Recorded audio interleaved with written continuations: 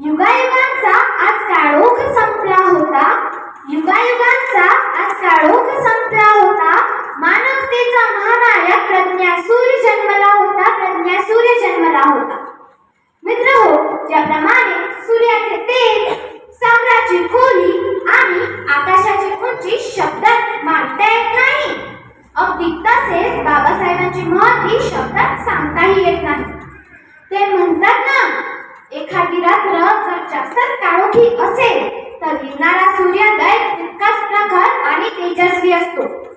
शूद्रांची अवस्था म्हणजे किड्या मुंग्यांपेक्षाही बेकार असताना समाज व्यवस्था बदलविण्यासाठी दिव्यज्योत जन्माला आली.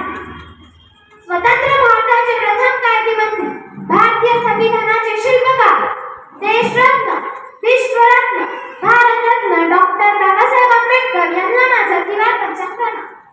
मित्रांनो, तुम्ही कधी ना कधी बाबासाहेबांच्या मूर्तीकडे ठीक निरखून पाहिलंच असेल.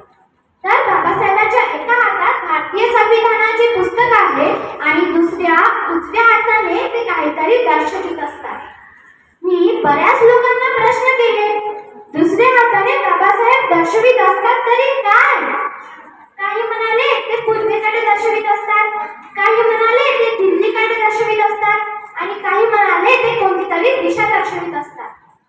बऱ्याच दिवसांनंतर मला एक शास्त्रीय कारण कळले की बाबासाहेब न कोणती दिशा दर्शवित असतात, न ते पूर्वे न ते दिल्ली, बल्कि बाबासाहेब आपली समोरची बाजू दर्शवित असतात. ते का? कारण समोर असतं आपलं भविष्य. डॉक्टर बाबासाहेब आंबेडकर म्हणजे एक प्रखर व्यक्तिमत्व आणि तेजोबलय असलेले एक नेतृत्व होते.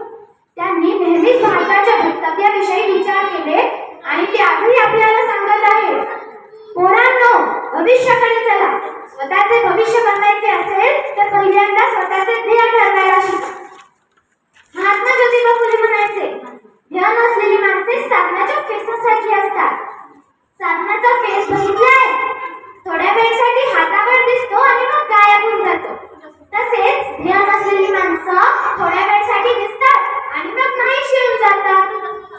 असंच ध्येय नसलेली माणसं शेपूटरहित जनावरांसारखी पण असतात.